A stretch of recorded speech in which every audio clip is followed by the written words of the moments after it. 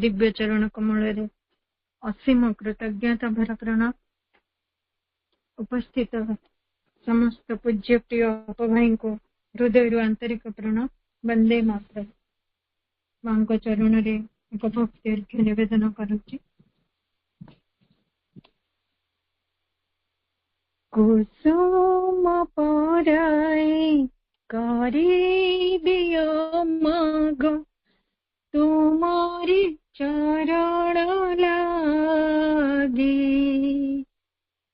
समर्पित हेबी चिर दिन लागे तुम पदर मुजोगी तुम पदर मुजोगी।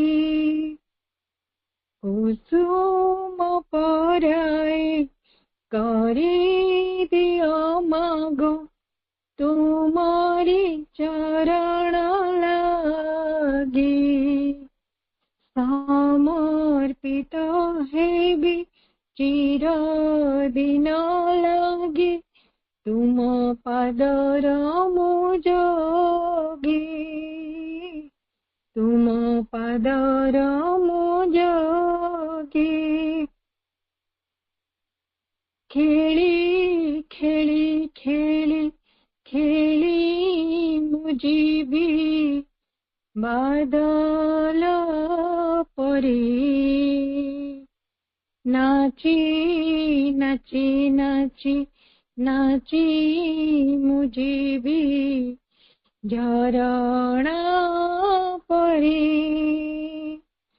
खेली खेली खेली खेली मुझीबी बादल परी नाची नाची नाची नाची मुझीबी झरणा परी गाई जीबी झमी जीबी तुम गीत गाई गाई गाई जीबी झमी जीबी तुम गीत गाई गाई बंसी पराई करी दियो माग तुम्हारी संगीत लागी बाजू थी मोहि चिर दिन लागी नव चेतना रे जागी कुसुम पराई करी दियो माग तुम्हारी चरण लागी समर्पित हेबी चिर दिन लागी तुम पदर मुजोगी तुम पदर मुजोगी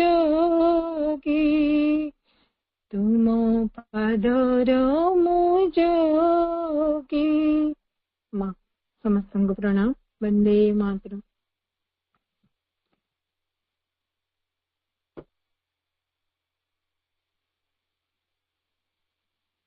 धन्यवाद अपा। श्री अरविंद शक्तिमयी पाठचक्र अनुकूल प्रति शनिवार गोटे ग्रंथ जाकि मां प्रभुंकर से लेखा द ह्यूमन साइकिल हुई आसुला कार्य व्यस्ततार या को परिवर्तन करा जायछि। भाई आमर प्रिय भवेश भाई रविवार प्राय ऑफलाइन प्रोग्राम थाए एवं से शनिवार प्राय बाहरती तेणु पुणी भाईंकर एवं अन्य मानकर भी प्रेरणा रे मां निर्देश रे आको प्रति गुरुवार संध्या 8टार ए आलोचना को कार्य को रखा जायछि। आम मानकर एथि मांकर प्रेरणा आओ आमर सहयोग सामर्थ्य मांकर से कार्य को बढ़ेवा भाई जॉइन हेबे भाई जॉइन हे सारचंदी मु गोटे लाइन पढ़ी निए जोटा पढ़ा जीव आज ता प्रिय शक्तिमयी पाठचक्र ग्रुप रे पृष्ठटी को मु सेंड करछि ताको आपण माने देखि परिबे 22 पृष्ठ third line instead of a hierarchical arrangement of class each with its power privileges and duties there will be established an initial equality of education and opportunity ultimately perhaps with a subsequent determination of function by experts who shall know us better than ourselves and choose for us our work and quality. Marriage, generation and the education of the child may be fixed by the scientific state as old by the Shastra.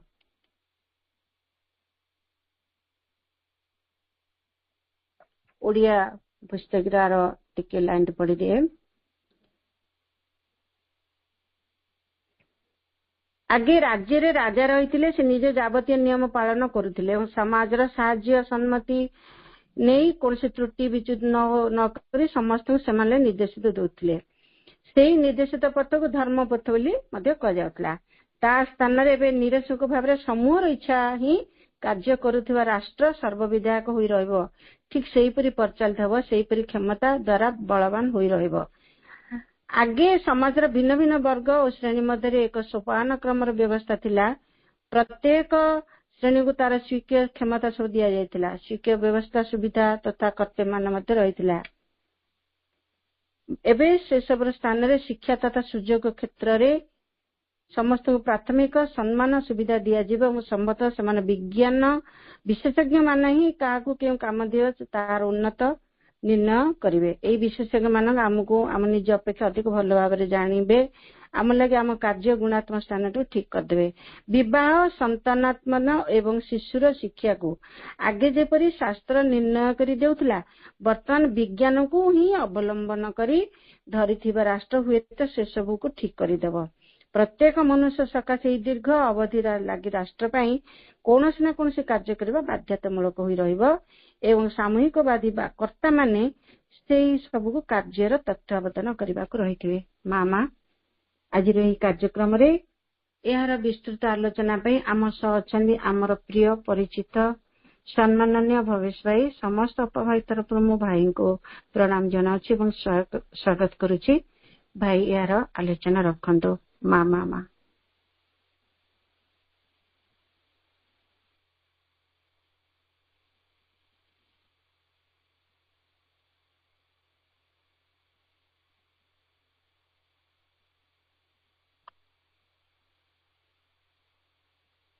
करुणामय माँ परम प्रभु श्री अरविंद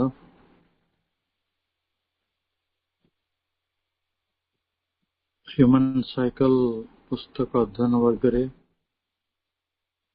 उपस्थित समस्त मातृ संतान मान हृदय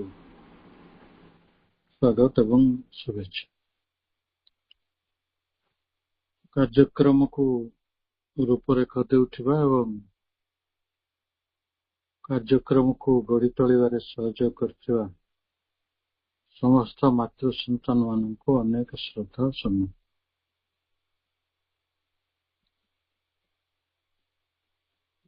22 page रो third line रो पढ़ा जिबार अछि instead of a hierarchical arrangement of classes each with its powers privileges and duties there will be established an initial equality of education and opportunity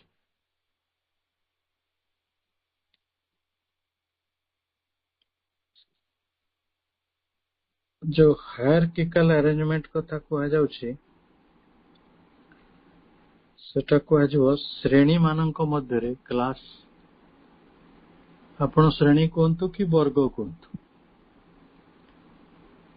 classes गुडी को भितरे श्रेणी बा वर्ग भितरे ଗୋଟେ ହାୟାରକିକାଲ ଆରେଞ୍ଜମେଣ୍ଟ ପରିବର୍ତ୍ତେ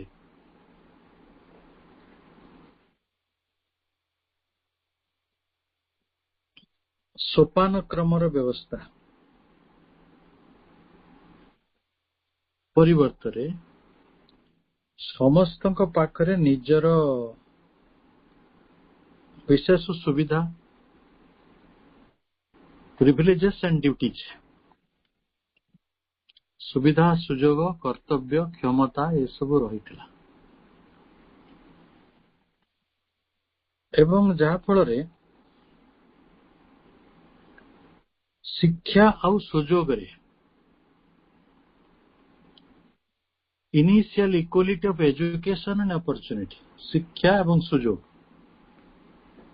प्राथमिक स्तर रे गोटे समानता रहितला हायरकीटा नथिला हायरकी बदल रे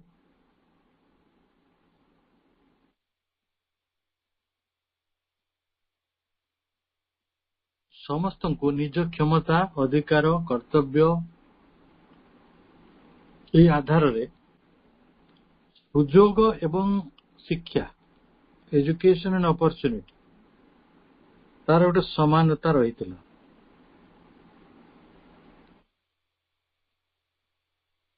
एवं अल्टीमेटली चूड़ांत भाव रे perhaps with a subsequent determination of function by experts जो माने विशेष दक्षता संपन्न व्यक्ति से माने गोटे परवर्ती काल रे डिटरमिनेशन ऑफ फंक्शन से माने को कार्यर निर्णय करथिले कौन करथिले जो माने एक्सपर्ट्स माने who shall know us better than ourselves हम निज अपेक्षा से माने हमको बेसी जानुथिले and choose for us our work से माने एंड क्वालिटी हम कर्म एवं गुण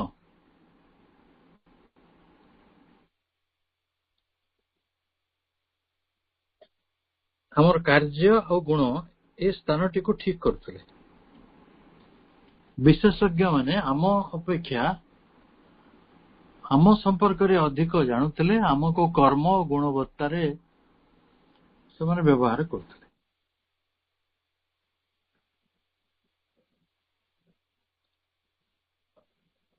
से एक्सपर्ट मानकर को हमें गुरु कहउथिले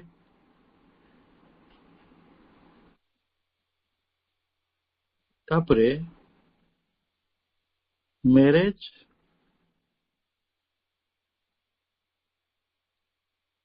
generation marriage generation and the education of the child may be fixed by the scientific state as of old by the shastra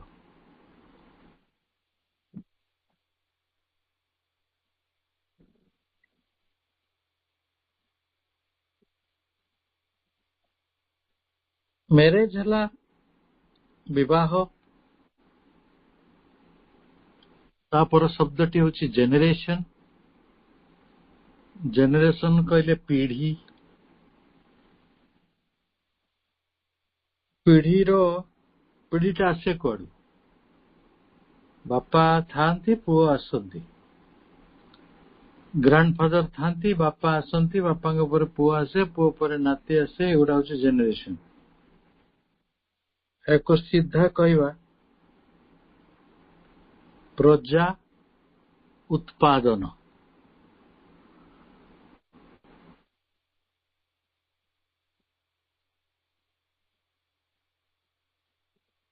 प्रजा शब्द जदि कष्ट होची आमे नहीं परिवा संतान उत्पादन आउट रहिला एजुकेशन शिक्षा कहारो ना ऑफ द चाइल्ड शिशुर may be fixed by the scientific state is as of old by the shastra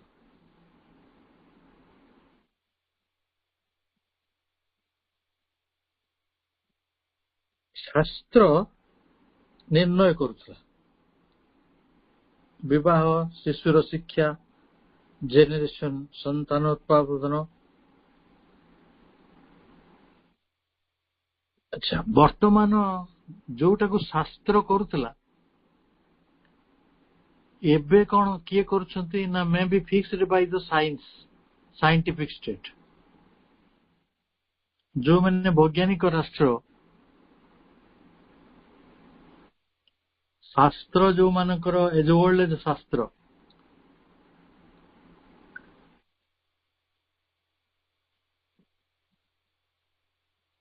ପ୍ରାଚୀନ କାଳରେ ଶାସ୍ତ୍ର ଯୋଉ କାମଟି କରୁଥିଲା, ବର୍ତ୍ତମାନ ବିଜ୍ଞାନ ଯୋଉ ରାଷ୍ଟ୍ର, ବୈଜ୍ଞାନିକ ରାଷ୍ଟ୍ର ମାନେ ସେ କାମଟି କରୁଛନ୍ତି। କଥା ଟିକେ ସରଳ କରାଯାଉ। ଆମେ ମ୍ୟାରେଜ କଥା ଆସିବା। ଶାସ୍ତ୍ର ଦେଖିକି, ପାଞ୍ଜି ଦେଖିକି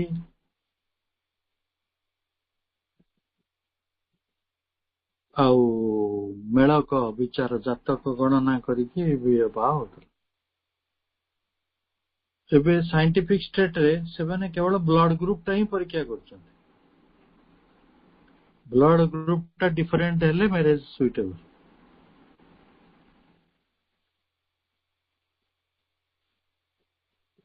ଭାରତ ବର୍ଷର ଶାସ୍ତ୍ର ମାନେ କହୁଥିଲେ ସମାନ ଗୋତ୍ରରେ ବିବାହ ନିଷିଦ୍ଧ। ଏବେ ଦେଖା ହଉଛି ନିୟର ଆଣ୍ଡ ଡିୟର ମାନଙ୍କ ଭିତରେ ମ୍ୟାରେଜ ହେଲେ, ସମାନ ଗୋତ୍ର ଭିତରେ, ସମାନ ଜ୍ଞାତି ପରିଜନ ଭିତରେ ନାନାଦି ରୋଗ ହଉଛି, ଅସାଧ୍ୟ ରୋଗ, ଯାହାକୁ ସିକିଲ ସେଲ ଧରନ୍ତୁ, ଗୋଟେ ବଡ ରୋଗ,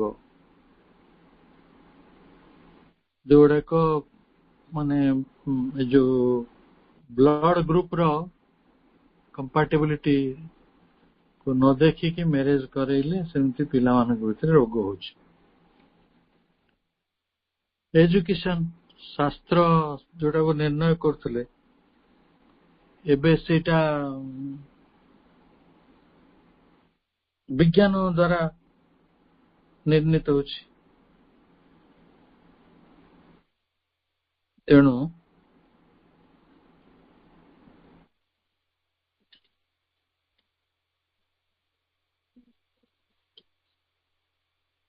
ତେଣୁ ଏଠି କୁହାଯାଉଛି, for each man there will be a long stage of work for the state। ତେଣୁ ପ୍ରତ୍ୟେକ ମଣିଷ ପାଇଁ ଗୋଟେ ଲଙ୍ଗ ଷ୍ଟେଜ ଅଫ ୱାର୍କ ରହିଛି। ଲଙ୍ଗ ଷ୍ଟେଜ ଅଫ ୱାର୍କ କହିଲେ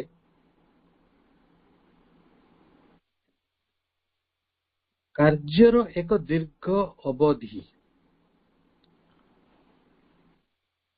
ଆପଣଙ୍କୁ ଦୀର୍ଘ ଦିନ ଧରି ରାଷ୍ଟ୍ର ପାଇଁ କାମ କରିବାକୁ ପଡୁଛି।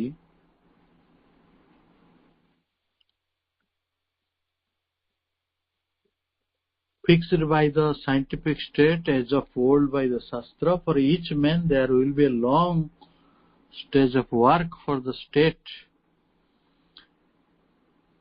ରାଷ୍ଟ୍ର ପାଇଁ ସେ କାର୍ଯ୍ୟଟି। ଆଚ୍ଛା, ସେ କାର୍ଯ୍ୟ କିଏ ଦେଖିବେ ନା ସୁପରିନଟେଣ୍ଡେଣ୍ଟ ବାଇ କଲେକ୍ଟିଭିଷ୍ଟ ଅଥରିଟିଜ। ଆଉ ତାର ତତ୍ତ୍ୱାବଧାନ କିଏ କରିବେ ନା ଯୋଉମାନେ କଲେକ୍ଟିଭିଷ୍ଟ ଅଥରିଟିଜ, ଯୋଉମାନେ ସାମୂହିକତାରେ ବିଶ୍ୱାସ କରନ୍ତି, ଗୋଟେ ସମୂହ ଜୀବନରେ, ଗୋଷ୍ଠୀ ଜୀବନରେ ଯୋଉମାନଙ୍କର ଗଭୀର ବିଶ୍ୱାସ ଥିବ, ସେମାନେ ରାଷ୍ଟ୍ର ପାଇଁ ଜଣେ ବ୍ୟକ୍ତି କଣ କାର୍ଯ୍ୟ କରିବ ସେ କଥାଟିକୁ ସେମାନେ କଣ କରୁଛନ୍ତି, ତାକୁ ସୁପରିନଟେଣ୍ଡେଣ୍ଟ କରୁଛନ୍ତି, ତାକୁ ତତ୍ତ୍ୱାବଧାନ କରୁଛନ୍ତି, ନିରୀକ୍ଷଣ କରୁଛନ୍ତି। Perhaps in the end, ସମ୍ଭବତଃ ପରିଶେଷରେ a period of liberation, period of liberation କହିଲେ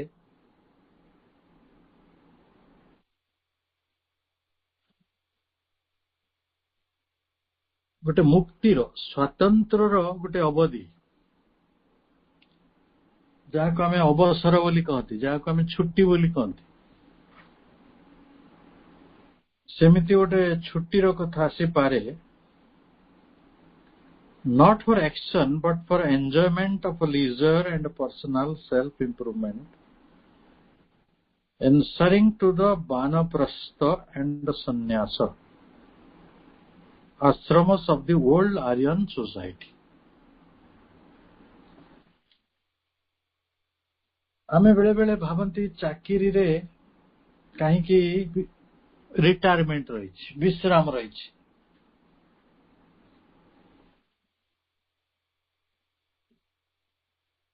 से भली आमर जो पुरातन आश्रम जीवन थिला पुरातन आश्रम जीवन रे रही थिला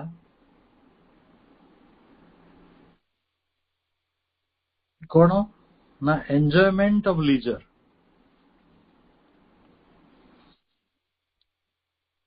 एंजॉयमेंट ऑफ लीजर ता जो मनीष जानियाले तो मनीष बहुत कथा जानियाला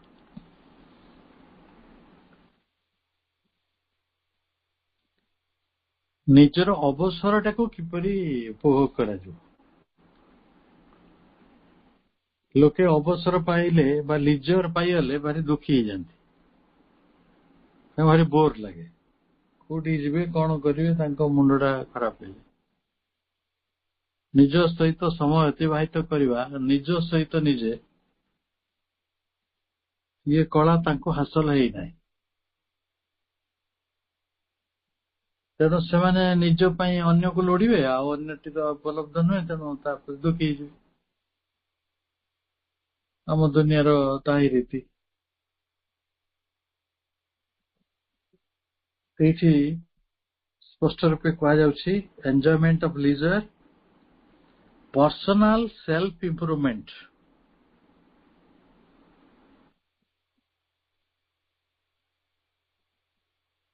व्यक्तिगत भाव में आत्म विकास लगी किसी ना किसी करवा माने लास्ट रे आपण जो लिबरेशन टी पाइबे से बहुत चमत्कार लिबरेशन रो बड़ सुंदर परिभाषा आपण पाउछंती लिबरेशन माने कौन आपण बुझीतिले प्रभु लिबरेशन टाको आपण को एई भली बुझौछंती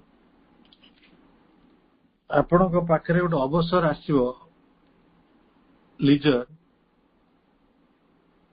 जो किसी काम न करिके आपण आत्म उपभोग रे जिबे एवं आपण को मध्य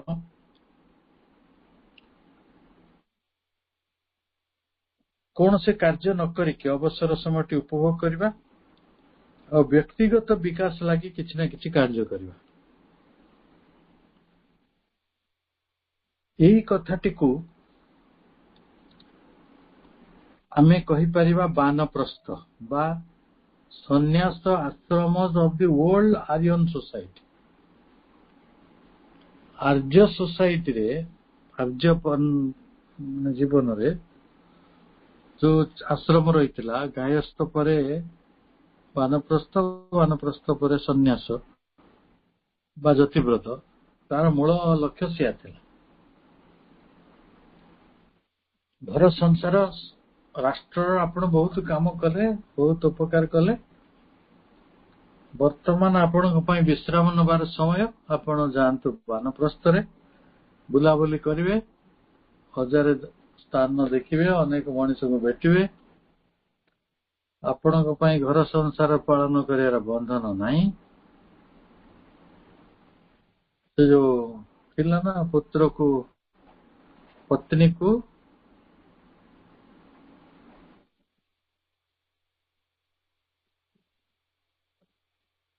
पुत्र पाखरे रखिकी सन्यास को जीवा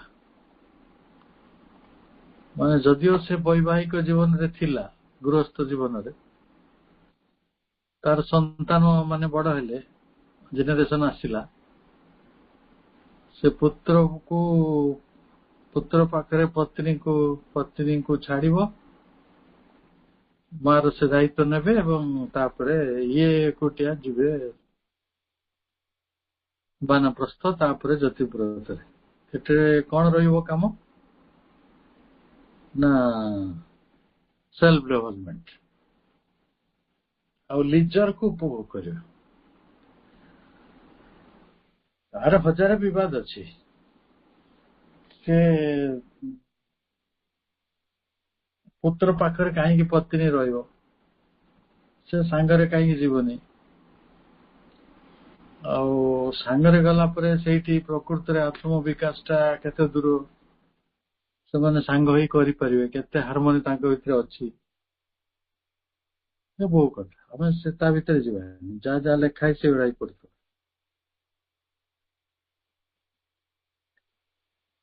The rigidity of such a social state would greatly surpass that of its Asiatic forerunner, for there, at least there were for the rebel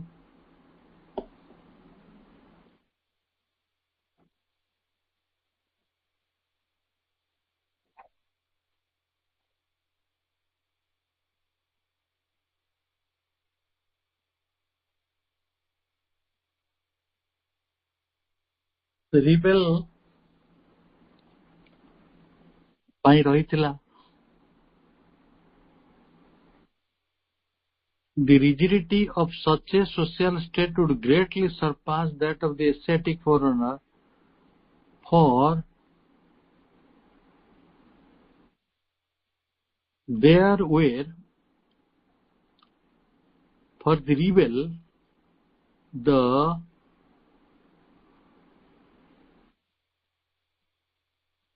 innovator two important concessions.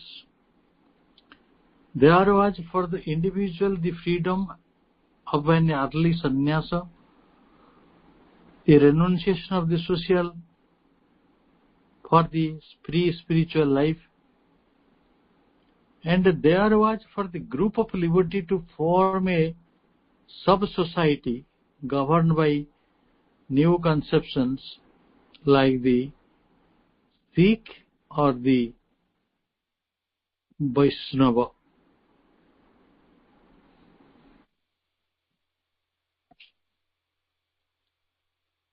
এই ଯୋଉ କଥାଟିକୁ ସେ ଉଲ୍ଲେଖ କରୁଛନ୍ତି, ସେ ତାର ଅର୍ଥ ହେଲା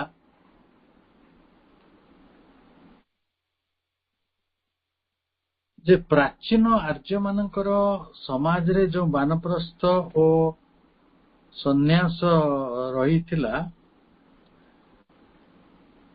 ଆଉ ସେଥିରେ କଣ ହଉଛି ନା ଭବିଷ୍ୟତର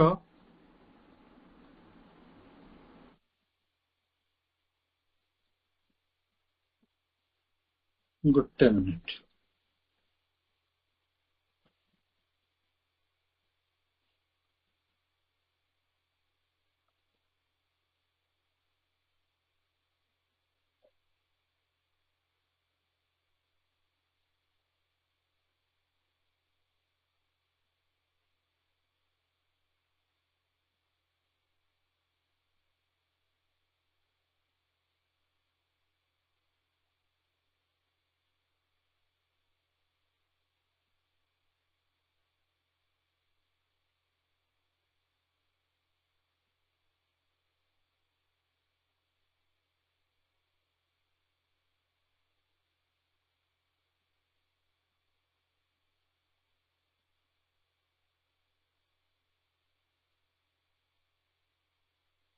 ଆମେ ପଢୁଥିଲେ ଯେ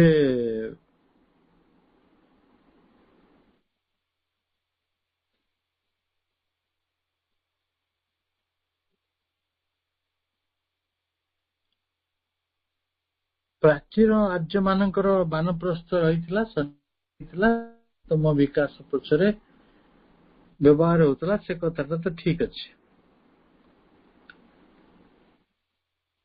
ପ୍ରାଚୀନ ଆର୍ଯ୍ୟମାନଙ୍କର ସମାଜରେ ବାନପ୍ରସ୍ଥ ରହିଥିଲା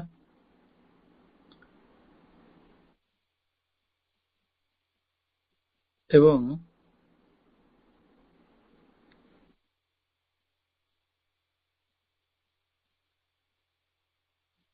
ଗୋଟେ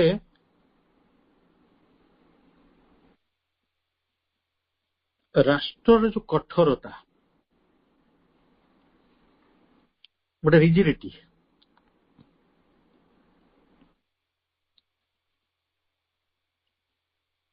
ତାକୁ ଯଦି ଦେଖିବା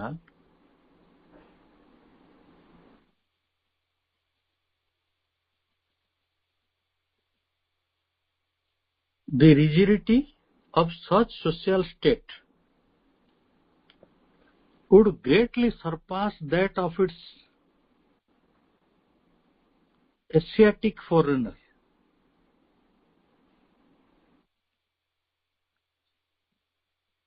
ये जो एसीय पूर्वगामी फोरनर ମାନେ ପୂର୍ବରୁ ଯିଏ ଯାଇଛନ୍ତି ସବୁ ଏसीୟ ମାନେ ପର୍ଟିକୁଲାରଲି ଭାରତୀୟ, ଚୀନର କିଛି ଅଂଶ, ଜାପାନରେ ବି ଗୋଟେ ସଭ୍ୟତା ରହିଥିଲା। ଆମର ସବୁଠାରୁ ବଡ ସଭ୍ୟତା ରହିଥିଲା ଯୋଉଟା ବର୍ତ୍ତମାନର ଇରାନ ଇରାକ ଅଞ୍ଚଳ, ଯୋଉଟାକ ବର୍ତ୍ତମାନ ଭୀଷଣ ଯୁଦ୍ଧଗ୍ରସ୍ତ। କୁହାଯାଏ ଆର୍ଯ୍ୟ ସମାଜର ବା ଆର୍ଯ୍ୟ ସମାଜ ନୁହେଁ, ଆର୍ଯ୍ୟ ଜାତିର ଉନ୍ମେଷ ସେଇଠୁ ଘଟିଥିଲା।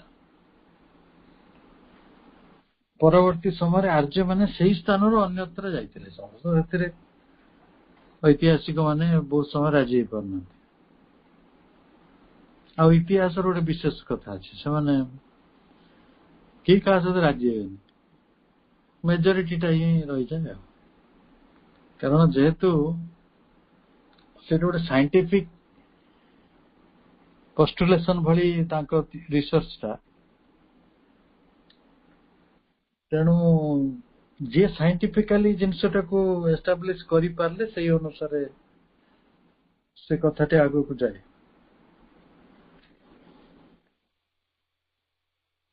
ରାଷ୍ଟ୍ରର ଗୋଟେ କଠୋରତା ରହିଥିଲା।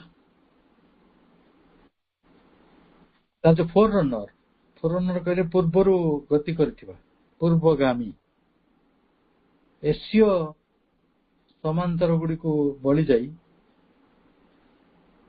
ସେମାନେ କେତେ କେତେ ଆଗକୁ ଚାଲିଲେ।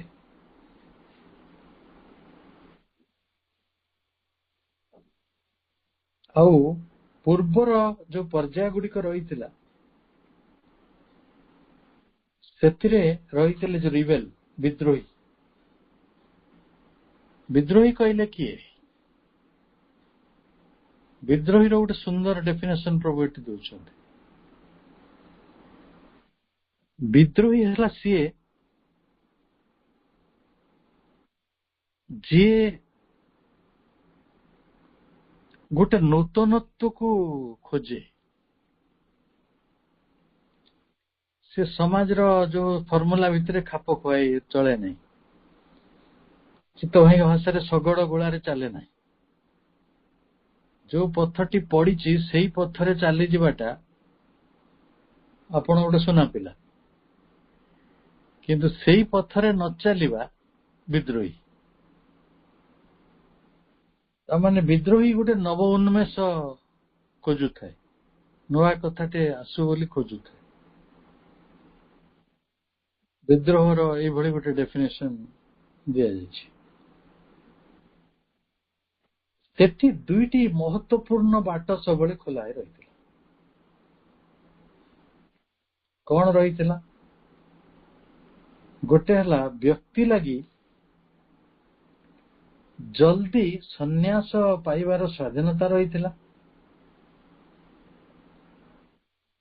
ଆଉ ଯେତେବେଳେ ସେ ଚାହିଁବ ଗୋଟେ ମୁକ୍ତ ଅଧ୍ୟାତ୍ମ ଜୀବନ ପାଇଁ, ସେ ସାମାଜିକ ଜୀବନଟାକୁ ଛାଡି ଚାଲି ଯାଇପାରିବ। ସିନା କୁହାଯାଉଛି, ଏତେ ସହଜ ନୁହେଁ। ବୁଦ୍ଧ ଦେବ ସାମାଜିକ ଜୀବନଟାକୁ ଛାଡିକି ଯାଇଥିଲେ, କିଛି କମ ଅପମାନ ପାଇନାହାନ୍ତି। ଶଙ୍କରାଚାର୍ଯ୍ୟଙ୍କୁ ତାଙ୍କ ମାଙ୍କୁ ସେ ଛାଡିକି ପଳେଇଥିଲେ, ତାଙ୍କୁ ବି କମ ଅପମାନ ମିଳିନାହିଁ। ଆମ ଦୁନିଆରେ କୁହାଯାଉଛି ଯେ ସାମାଜିକ ଜୀବନଟିକୁ ଛାଡିକି ଚାଲିଯିବାକୁ ପଡେ ଗଭୀର ଆଧ୍ୟାତ୍ମିକ ଜୀବନ ପାଇଁ, ଆଉ ସେଟା ଟଲରେଟ୍ କରାଯାଏ, ସେ କଥାଟି କାହିଁ ଠିକ ଅଛି।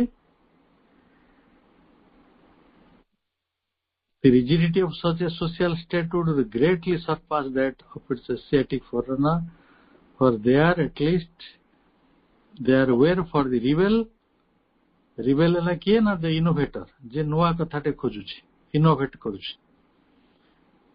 Two important concessions, ତା ପାଇଁ ଦୁଇଟି concession ରହିଛି। There was for the individual the freedom of an early sannyasa, ଆପଣ ଯଦି ଜଲ୍ଦି ସନ୍ନ୍ୟାସ ଗ୍ରହଣ କରିଯିବେ 16 ବର୍ଷ ବୟସରୁ ଶଙ୍କରଙ୍କ ଭଳିଆ, ତାହେଲେ ସେଠି ଫ୍ରିଡମ ଅଛି। renunciation of the social for the free spiritual life, ମୁକ୍ତ ଆଧ୍ୟାତ୍ମିକ ଜୀବନ ପାଇଁ ଆପଣ ଚାହିଁଲେ ନିଜର ସାମାଜିକ ଜୀବନଟାକୁ ରିନନ୍ସିଏଟ୍ କରିପାରିବେ। ଆଉ କଣ କହୁଛନ୍ତି?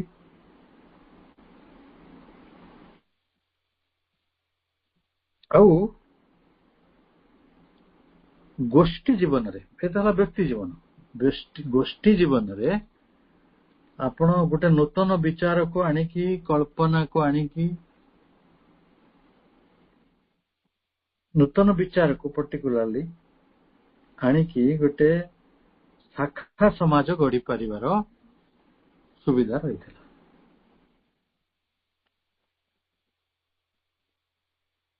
ଏ କଥାଟା କିପରି? ଶାଖାରୁ ଶିଖ ସମ୍ପ୍ରଦାୟ, ଶିଖ ମାନେ କେମିତି ତିଆରି ହେଲେ କୁହାଯାଏ, ଅସଦର ବିବାଦ ଅଛି। ସେଠି ସମସ୍ତେ ଆର୍ଯ୍ୟ ଥିଲେ, ଆର୍ଯ୍ୟ ଧର୍ମ ଉପରେ ପ୍ରବଳ ଆକ୍ରମଣ ହଉଥିଲା, ବୈଦେଶିକ ଆକ୍ରମଣ, ବିଶେଷ କରି ଇସଲାମ ଶାସକ ମାନଙ୍କ ଦ୍ୱାରା।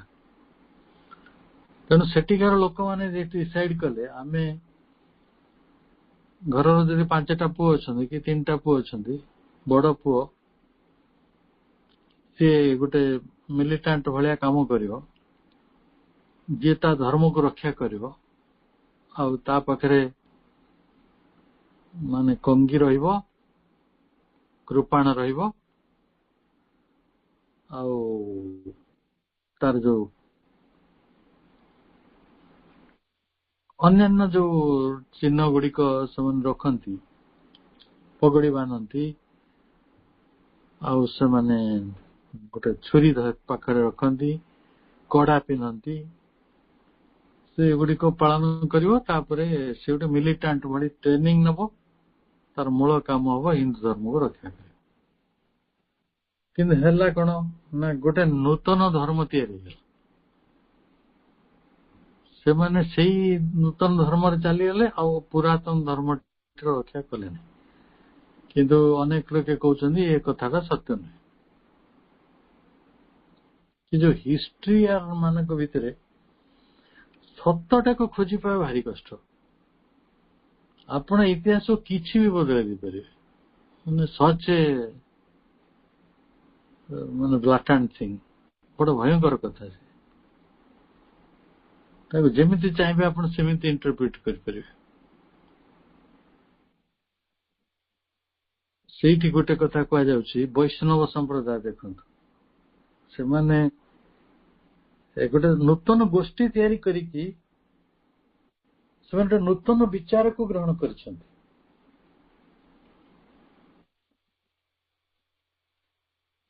ଧରନ୍ତୁ ଆମେ ଯଦି ଦେଖିବା, ରାମଙ୍କୁ ଭଲ ପାଉଥିବା ଲୋକ ଅଛନ୍ତି, ହନୁମାନଙ୍କୁ ଭଲ ପାଉଥିବା ଲୋକ ଅଛନ୍ତି, ବଜରଙ୍ଗବାଲି, କିନ୍ତୁ ସେମାନଙ୍କୁ ବୈଷ୍ଣବ କୁହାହବନି।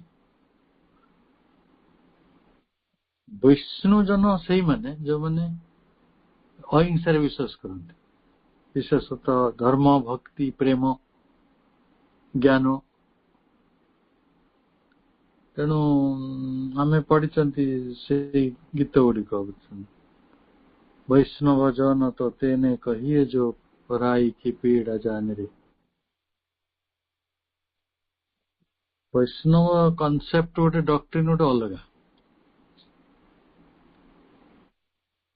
ଯଦି କୃଷ୍ଣଙ୍କ ଚରିତ୍ରରେ ଦେଖିବା, ସିଏ ବୈଷ୍ଣବ ଥିଲେ, ବିଷ୍ଣୁ ଭକ୍ତ ବା ବୈଷ୍ଣବାଇଟ୍ ଥିଲେ କିମ୍ବା ଆଉ ଗୋଟେ ଅଲଗା କୋଉ ଧର୍ମକୁ ରିପ୍ରେଜେଣ୍ଟ କରୁଥିଲେ, ତାଙ୍କର ଯୋଉ ୱାରିୟର ଫର୍ମଟାକୁ ଛାଡି ଦିଅନ୍ତୁ, ସେଟା ବୈଷ୍ଣବରେ ଆସିବନି। ବୈଷ୍ଣବ ପ୍ରେମ ଭକ୍ତିର ଗୋଟେ ଶୁଦ୍ଧତା। ତେଣୁ ଏଇଭଳି ସମାଜରେ ମଧ୍ୟ ସବ୍ ସୋସାଇଟି ଗୁଡ଼ିକ ତିଆରି ହେଇଥିଲା। To form a sub society, ଯେମିତି post office sub post office, ସେଇଭଳି ସବ୍ ସୋସାଇଟି ଉପସମାଜ ଗୁଡ଼ିକ ଗଢା ହେଲା, governed by new conceptions like the Sikh or the ବୈଷ୍ଣବ।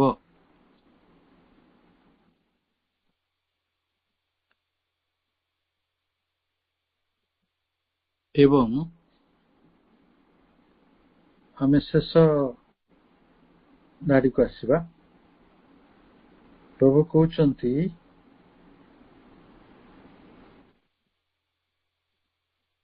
ଗୋଟେ ଗୋଟେ ସମାଜ ଅଛି, ସେମାନେ କେବଳ ଅର୍ଥନୀତିଟାକୁ ଏକମାତ୍ର ନିୟାମକ ବୋଲି ଜାଣନ୍ତି।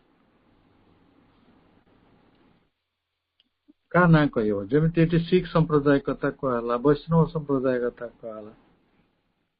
କେବଳ ଅର୍ଥନୀତିଟି ସମାଜର ମୂଳ କଥା। ବ୍ରିଟିଶର ମାନଙ୍କୁ ସେମିତି ଆକ୍ଷେପ କରିଥିଲେ ଜର୍ମାନିଆନ ମାନେ।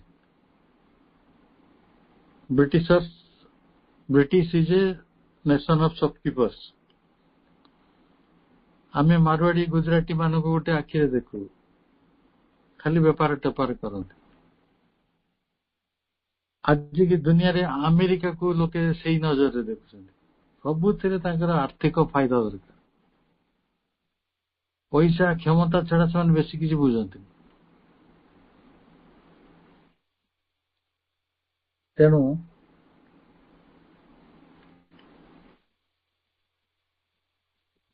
ଗୋଟେ ସମାଜ ଅଛି ଯେ ବୈଜ୍ଞାନିକ ବିଚାର ପଦ୍ଧତିଟିକୁ ଏକମାତ୍ର ବିଚାର ବୋଲି ଜାଣୁଛି, ଆଉ ଗୋଟିଏ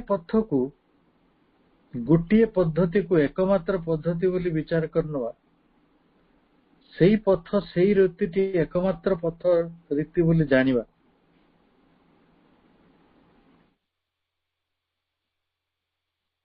ଏବଂ ତାଙ୍କର ଯୋଉ ସ୍ୱୀକୃତ ପଥଟି ରହିଛି ସେଇ ପଥ ଭିନ୍ନ ଆଉ ଗୋଟେ ପଥଟାକୁ ସେମାନେ ସତ୍ୟ ବୋଲି ଗ୍ରହଣ କରନ୍ତି ନାହିଁ।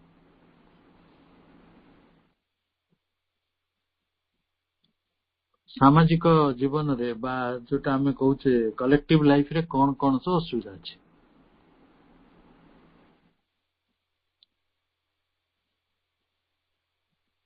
There should grow up a fixed system of social morality. But neither of these violent departures from the norm could be tolerated by a strict economic and rigorously scientific and Unitarian society. Unitarian society କହିଲେ ଯେ ଗୋଟିଏ ପଥରେ, ଗୋଟିଏ ପନ୍ଥାରେ, ଗୋଟିଏ ବିଶ୍ୱାସ କରୁଛି, ସେ କେବଳ ୟୁନିଟେରିଆନ, ଗୋଟିଏ ମାତ୍ର ପନ୍ଥା ଦେଇକି ସେ ଚାହୁଁଛି, ଅନ୍ୟ ପନ୍ଥାକୁ ସେ ଟଲରେଟ କରୁନାହିଁ।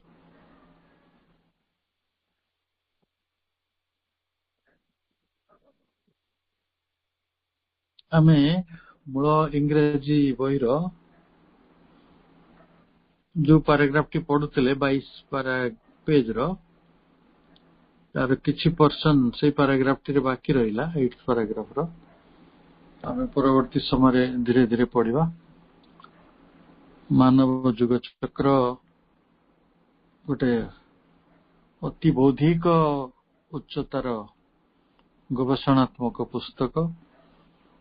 ତେଣୁ ଅତି ଉଚ୍ଚ ବୌଦ୍ଧିକ ସମ୍ପନ୍ନତା ରହିଥିଲେ ବା ଗବେଷଣାର ସେଇ ଉଚ୍ଚତା ରହିଥିଲେ ସେଇ ଅଧ୍ୟୟନ ଗୁଡିକ ଅଧିକ ସାର୍ଥକ ହେଇପାରେ। ତଥାପି ପ୍ରଭୁଙ୍କର ଏହି ସୁନ୍ଦର ଅବଦାନ ପାଇଁ ତାଙ୍କ ନିକଟରେ ଆମର କୃତଜ୍ଞତା ପ୍ରକାଶ କରିବା। ସମସ୍ତଙ୍କୁ ଅନେକ ଅନେକ ଶୁଭେଚ୍ଛା, ଶୁଭରାତ୍ରି, ବନ୍ଦେ ମାତରମ୍।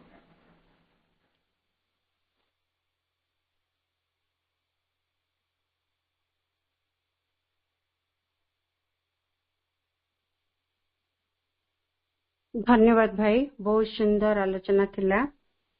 ଏତେ ଗୋଟିଏ ସେଣ୍ଟେନ୍ସ ଏତେ ଲମ୍ବା, ଏତେ ୱାର୍ଡ ଥାଏ, ବୁଝିବାକୁ ବହୁତ କଷ୍ଟ ହୁଏ। ବହୁତ ସୁନ୍ଦର ଭାବରେ ଆଲୋଚନା ଥିଲା। ଆଜି ଗୋଟିଏ ଭାଇଙ୍କର ମେସେଜ ଅଛି, ସେ ଗୋଟିଏ ପ୍ରଶ୍ନଟିଏ ପଚାରିବେ ଭାଇ, ଅନୁମତି ଯଦି ମିଳିବ। ବିଶ୍ୱାଳ ଭାଇ, ବନ୍ଦେ ମାତରମ୍, ଆପଣଙ୍କର ପ୍ରଶ୍ନଟି ଉପସ୍ଥାପନ କରନ୍ତୁ।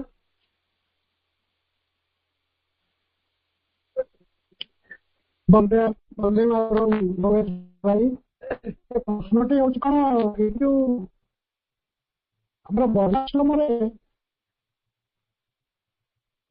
ଯୋଉ ବାନପ୍ରସ୍ଥ ଆଉ ସନ୍ନ୍ୟାସ ଆଉ ଦୁଇଟି ଆଶ୍ରମ ମଧ୍ୟ ରହିଛି, ଯୋଉଟା କି ବ୍ରହ୍ମଚାରୀ ଆଉ ଗୃହସ୍ଥ। ଭାଇ ଏଇ ବ୍ରହ୍ମଚାରୀ ଆଉ ବାନପ୍ରସ୍ଥ ଆଉ ସନ୍ନ୍ୟାସ ଆଶ୍ରମ ଭିତରେ କଣ ଏଇ ଦିଟା ଆସିବ କି? ଟିକେ ଯେହେତୁ 4ଟି ବର୍ଣ୍ଣାଶ୍ରମର କଥା ଅଛି, ଏଇଠି ତ ଶ୍ରୀ ଅରବିନ୍ଦ 2ଟା ଆଶ୍ରମ କଥା କହିଲେ, ତେଣୁ ବ୍ରହ୍ମଚାରୀ ଆଉ ଯୋଉ ଗୃହସ୍ଥାଶ୍ରମ ଏ 2ଟା କଥା ଏଇ ଭିତରେ ଆସିବ କି, ନା ପରବର୍ତ୍ତୀ ପର୍ଯ୍ୟାୟରେ ଆସିଥାଇପାରେ? ତା ଟିକେ ବୁଝିବା ପାଇଁ ଚାହୁଁଛି।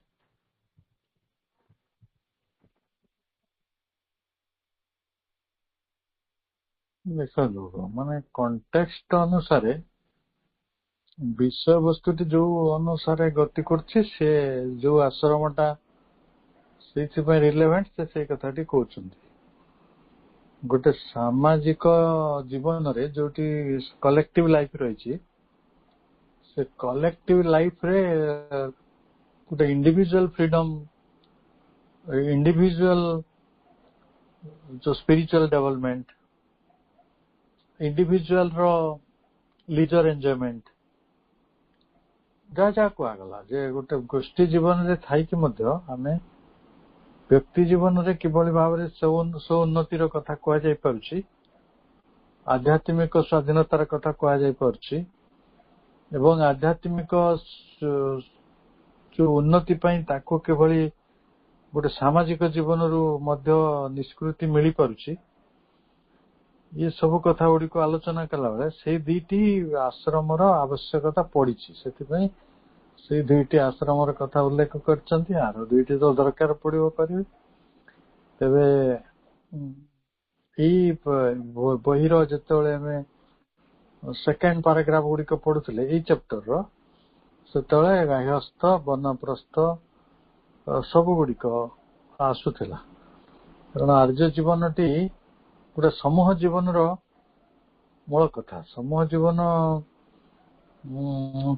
ଯେହେତୁ ବିଶେଷ କରି ଭାରତବର୍ଷର ଧର୍ମୀୟ ଭବନ ଭିତରୁ ମୁଖ୍ୟତଃ ତିଆରି ହେଇଥିଲା, ତେଣୁ ସେସବୁ କଥା ଗୁଡିକ ଆଲୋଚନା ପ୍ରସଙ୍ଗରେ ଆସିଛି।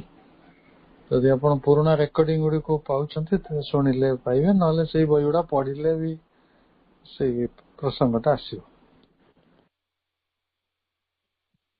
ହଁ ଭାଇ, ଧନ୍ୟବାଦ।